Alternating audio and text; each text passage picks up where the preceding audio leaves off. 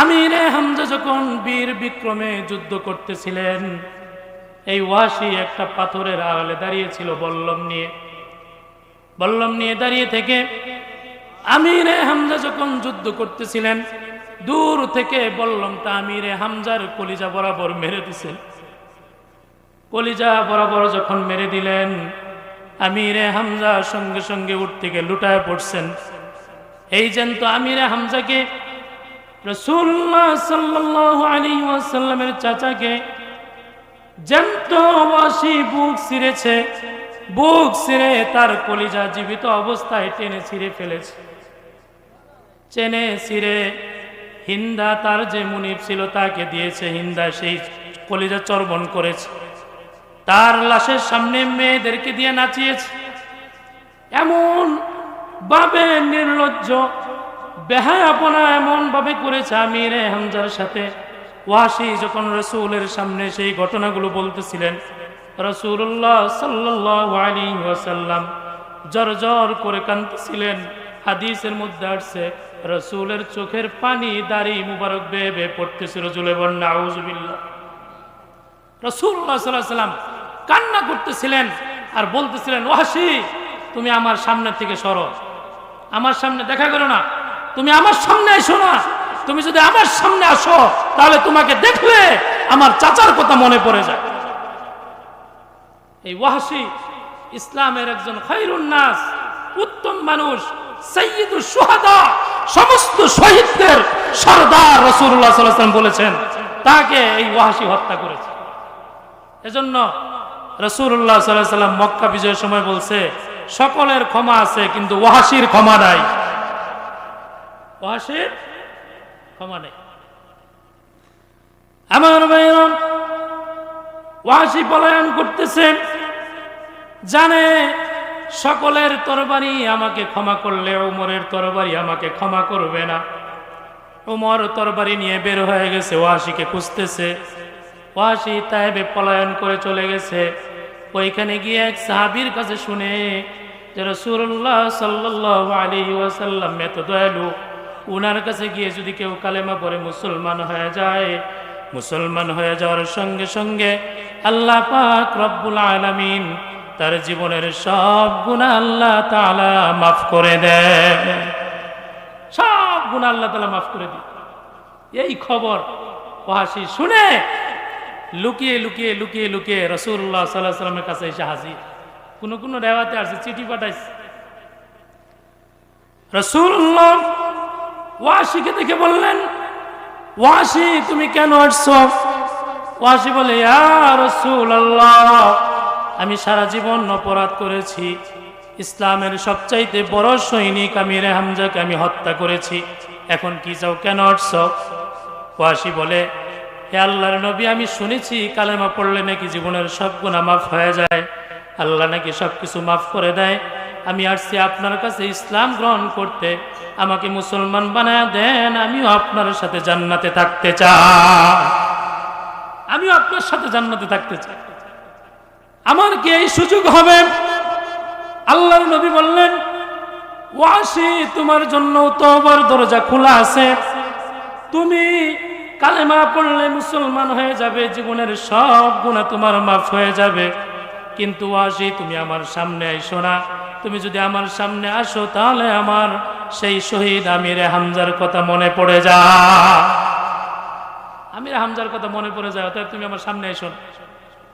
ওয়াসি একটু আশ্বাস পাইছে, যাই হায় মুসলমান হয়ে গেলে তো যাই হোক জান্নাতে যেতে পারবো। এবার ওয়াসি আল্লাহর নবীকে শর্ত লাগায়, দেখেন এত বড় কাফের, তাকে মারার জন্য রেড অ্যালার্ট জারি করা হয়েছে, যে কোনো সময় তাকে হত্যা করা হবে, তাকে মুসলমান হওয়ার সুযোগ দিছে, সাথে সাথে মুসলমান হয়ে যাওয়ার কথা না বলেন, কিন্তু সে আল্লাহর নবীকে বলতেছে যে, হে আল্লাহর নবী, আমি মুসলমান হইতে পারি কিন্তু আমার শর্ত আছে।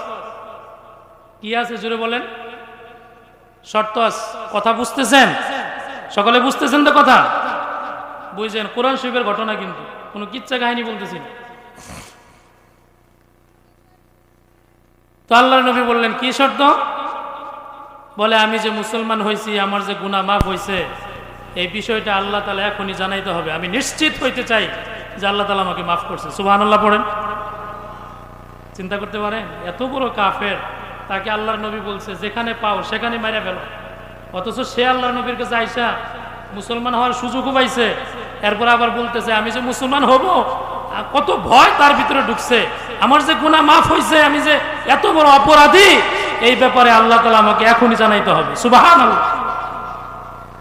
বলেন আমাদেরকে যদি এরকম বলতো, আমরা কত ভাই আর মুসলমান হওয়ার দরকার না, মেরেলা, কি কথা ঠিক কিনা জোরে বলেন। আল্লাহর নবী কোনো কথা বলতেছেন না, এত বড় কাফের মুসলমান হইতে বললাম, এখন আবার শর্ত লাগায় দিল, তাহলে কি ওয়াসির মুসলমান হওয়ার হবে না? আমি যেটা বুঝাইতেছিলাম, আল্লাহ তাআলা কত দয়ালু, শুনেন শুনেন, আল্লাহ কত দয়ালু, একজন কাফের যেন মুসলিম হয়ে মৃত্যুবরণ না করে, একজন কাফেরকে মুসলমান বানানোর জন্য আল্লাহ পাক রব্বুল আলামিন জিব্রাইলকে পাঠিয়ে দিয়েছে। জিব্রাইল চলে আসলো, আল্লাহর নবীর কানে কানে জানিয়ে দিল, হে আল্লাহর নবী, আপনি ওয়াসিকে জানায় দেন, والذين لا يدعون مع الله إلها آخر ولا يقتلون النفس التي حرم الله إلا بالحق ولا يزنون ومن يفعل ذلك يلقى أثاما। الله أكبر। হে আল্লাহর নবী, আপনি ওয়াসিকে জানায় দেন, والذين لا يدعون مع الله إلها آخر, যারা আল্লাহ ছাড়া আর কারো ইবাদত করে, আল্লাহ ছাড়া আর কারো ইবাদত করে, ولا يقتلون النفس التي حرم الله إلا بالحق, অন্যায়ভাবে কাউকে হত্যা করে, ولا يزنون, যারা জিনা করে, কয়টা শর্ত? তিনটা। কয়টা? যারা আল্লাহ ছাড়া অন্য কারো ইবাদত করে, অন্যায়ভাবে কাউকে হত্যা করেছে অথবা জুলুম করেছে, ওয়ালা ইয়াজনুন, এবং যারা জিনা করেছে, এদের কোনো ক্ষমা নাই, বাকি সবাইকে আমি মাফ করে দিব। ওয়াসিকে মুসলমান হইতে বলেন। চিন্তা করেন, একজন কাফের, তার মুসলমান হওয়ার জন্য আল্লাহ তাআলা আয়াত নাযিল করছে। আল্লাহু আকবার। আপনারা সকলে খুশি হয়েছেন? খুশি হয়েছেন না সকলে? কিন্তু ওয়াসি খুশি হয়নি, ওয়াসি খুশি হয়। ওয়াসি বলতেছে, হে আল্লাহর নবী, যেই তিনটা কথা এখানে বলা হয়েছে, আমি এই তিন গুনাহ আমি নিজেও করেছি। আমি তো এতদিন পর্যন্ত আল্লাহ ছাড়া অন্য কারো ইবাদতি করতাম। আমি অন্যায়ভাবে আপনার চাচা আমিরে হামজাকে হত্যা করেছি। জীবনে অনেক জিনা করেছি, অনেক মেয়ের সাথে সম্পর্ক আমার ছিল। তাহলে আল্লাহ তাআলা বুঝি আমাকে ক্ষমা করবে না, আমি চলে যাই, আমি আর মুসলমান হব না। দেখছেন, এত বড় কাফের, তাকে মুসলমান বানানোর জন্য আল্লাহ তাআলা আয়াত নাযিল করলো যে তোমাকে মাফ করে দেব, মুসলমান হয়ে যাও। কয় না আমি যাই, আমার মনে হয় আল্লাহ তাআলা মাফ করবে না, আমি চলে যাই, চলে যাই। ইত্যবসরে হযরতে জিবরাইলকে আল্লাহ তাআলা আবার পাঠিয়ে দিয়েছেন, যাও জিবরাইল যাও, ওয়াসির নৈরাশ হওয়ার কোনো সুযোগ নাই, আল্লাহ তাআলার কাছ থেকে কোনোদিন নৈরাশ হওয়া যাবে না। মানুষ যখন বৃদ্ধ হয়ে যায়, বৃদ্ধ হয়ে গেলে স্ত্রীর কাছে তার দাম থাকে না, সমাজের কাছে তার দাম থাকে না। মানুষের ইনকাম যখন না থাকে, তখন সন্তানের কাছে ওই বাবার কোনো দাম থাকে না, ঠিক কিনা জোরে বলেন। এমনকি যখন বৃদ্ধ হয়ে যায়, দাঁত কয়েকটা আছে, কয়েকটা পড়ে গেছে, ঠিক মতো মেসওয়াক করতে পারে না, ব্রাশ করতে পারে না, মুখ থেকে দুর্গন্ধ আসে, নাতিরা দুষ্টামি করে বলে, যাও তোমার সাথে কোনো সম্পর্ক নাই, তোমার মুখে দুর্গন্ধ, ঠিক কিনা জোরে বলে। এমন সময় 80 বছরের বুড়া হয়ে গেছে, 70 বছরের বুড়া হয়ে গেছে, সারা জীবন স্ত্রীর পিছনে কাটাইলো, দুনিয়ার পিছনে কাটাইলো, সন্তানের পিছনে কাটাইলো, নাতির পিছনে কাটাইলো, পুতির পিছনে কাটাইলো।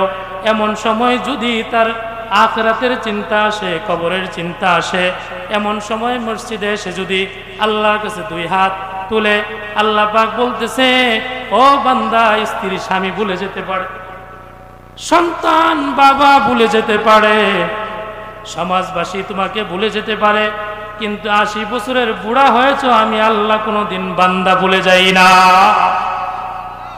আমি কোনোদিন বান্দাকে ভুলে যেতে পারি না। ওয়াসি, তোমার মুসলমান না হয়ে চলে যাওয়ার কোনো সুযোগ নাই। জিব্রাইল আবার চলে আসলে আল্লাহর নবীকে বলতেছে, আল্লাহর নবী ওয়াসিকে জানায় দেন, ইল্লা মান তাবা ওয়া আমানা ওয়া আমিলা আমালান সালিহা ফাউলাইকা ইউবাদদিলুল্লাহু সাইয়্যাতিহিম হাসানাত। আল্লাহু আকবার। হে নবী, আপনি ওয়াসিকে জানায় দেন, ওয়াসি মুসলমান না হয়ে চলে যাওয়ার কোনো সুযোগ নাই। আল্লাহ পাক বলতেছেন মুসলমান হয়ে যাও। ইল্লা মান তাবা, যারা তওবা করবে, ওয়া আমানা, এবং যারা ঈমান আনবে, ওয়া আমিলা আমালান সালিহা, এবং সৎ কাজ করবে, ফাউলাইকা ইউবাদদিলুল্লাহু সাইয়্যাতিহিম হাসানাত। আল্লাহু আকবার। আল্লাহ পাক রব্বুল আলামিন বলেন, যারা তওবা করবে এবং যারা ঈমান আনবে, তওবা করার পরে, ঈমান আনার পরে যারা আমলে সালেহ করবে, অর্থাৎ সৎ কাজ করবে, এই 3 গুণ যার মধ্যে পাওয়া যাবে, আল্লাহ পাক রব্বুল আলামিন বলতেছেন, আমি তার জীবনের সব গুনাহ আমি আল্লাহ ক্ষমা করে দিব। আমি আল্লাহ তাআলা সব গুনাহ খাতা মাফ করে দিব।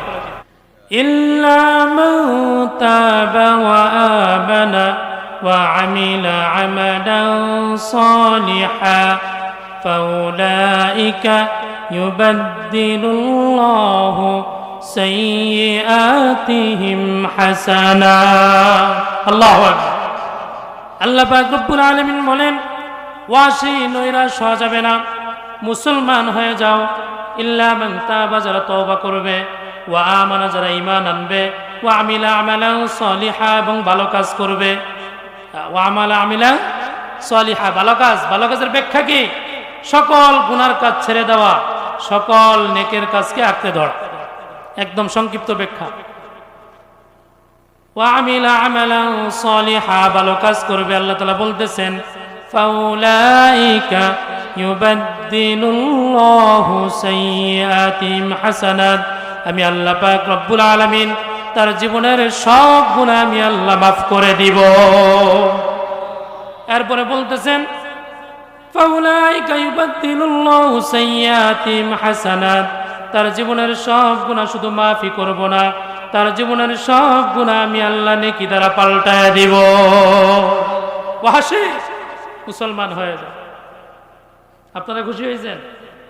ওয়াসি খুশি হয় না। ওয়াসি কয়, না আমি মন ভরে নাই, আমি চলে যাই, মুসলমান হওয়ার দরকার নেই।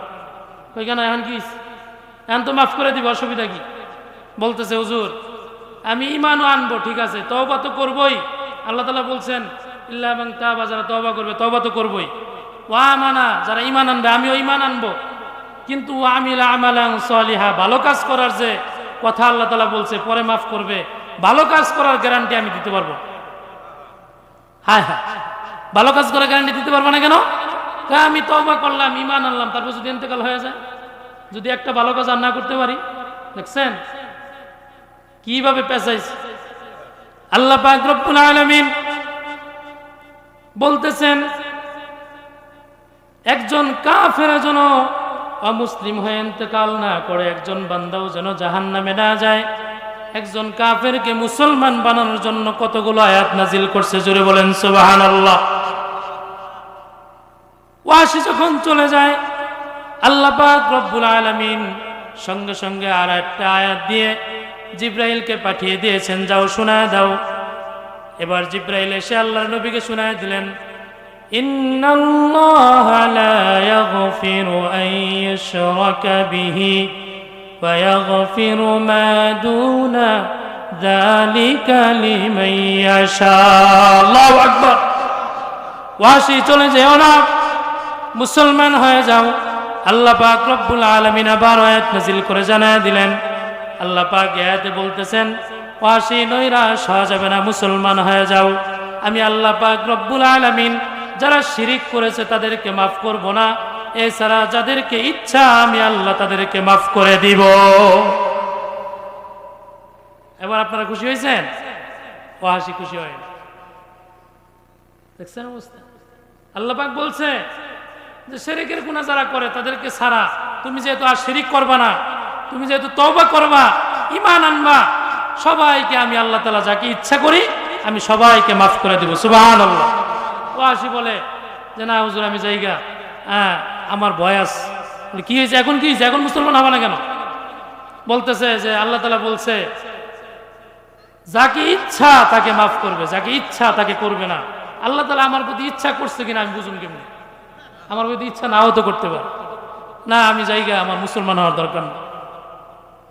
এরপরে যখন এখানেও নৈরাশ হয়ে গেল, ওয়াসি মুসলমান হয় না, ফাইনাল সর্বশেষ আমি আপনাদের সামনে যে আয়াত তেলাওয়াত করেছি, এই আয়াত আল্লাহ তাআলা নাজিল করছেন শুধু ওয়াসিকে বলে না, সারা দুনিয়ার সমস্ত বান্দারা যারা নৈরাশের কাছাকাছি গুনাহ করতে করতে জীবনটা পুরাটাই গুনাহ দিয়া জর্জরিত এমন হয়ে গেছে, তাদের সকলকে ডাইকে আল্লাহ তাআলা বলতেছে, হে নবী আপনি বলে দেন, কুল ইয়া ইবাদিয়াল্লাযীনা আসরাফু আলা আনফুসিহিম লা তাকনাতু মির রাহমাতিল্লাহ ইন্নাল্লাহা ইয়াগফিরুয যুনুবা জামিআ।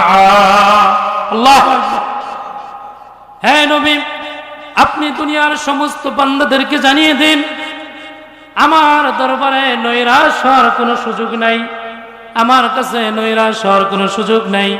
জীবনে যত গুনাহ করো না কেন, গুনাহ করতে করতে উহুদ পাহাড় পরিমাণ গুনাহ করেছ, সাগরের ফেনা পরিমাণ গুনাহ করেছ, জীবনের সব কিছু গুনাহে জর্জরিত, কোনোদিন নামাজ পড়ো নাই, কোনোদিন কোরআন তেলাওয়াত করো নাই, সারাটা জীবন গুনাহে জর্জরিত। তোমাকেও আল্লাহ পাক রব্বুল আলামিন তার দিকে ডাকতেছে। সুবহানাল্লাহ। তোমাকেও ডাকতেছে, আসো বান্দা আসো, তোমার জন্য ক্ষমার দরজা খোলা আছে। আল্লাহু আকবার।